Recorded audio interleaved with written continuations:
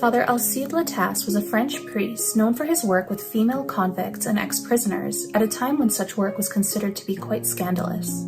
He was born in France in 1884, and as a young boy he felt a calling to the priesthood. His parents sent him to a minor seminary, but his superior there told him that he doubted whether or not Alcide had a true vocation to the priesthood. This led Alcide to question his faith. He said, "Bit by bit I forgot the Lord, and my love for the Blessed Virgin diminished. I was more ready to believe that I did not have a vocation because I wanted less to have it." In his teens, he fell in love with a girl named Cecile, but his father forbid them from seeing each other.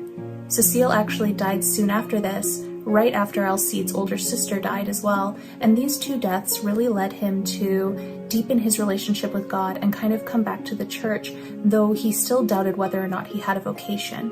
He said, "I did not dare admit my desire, for the role of the priest seemed so great and I was so aware of my unworthiness." He attended a series of religious retreats that inspired him to join the Dominican Order. He was ordained a priest in 1863. As a priest, he was known for his generosity and his cheerfulness, and about a year after his ordination, he was sent to the town of Cadillac in order to conduct a retreat at a women's prison there. The women in the prison were guilty of everything from theft to infanticide. In a series of sermons, he stressed to them the power of God's mercy and forgiveness.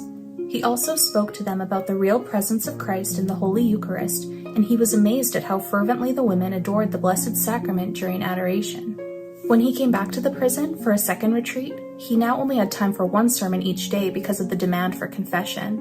He was deeply moved by these women, and he became determined to help them.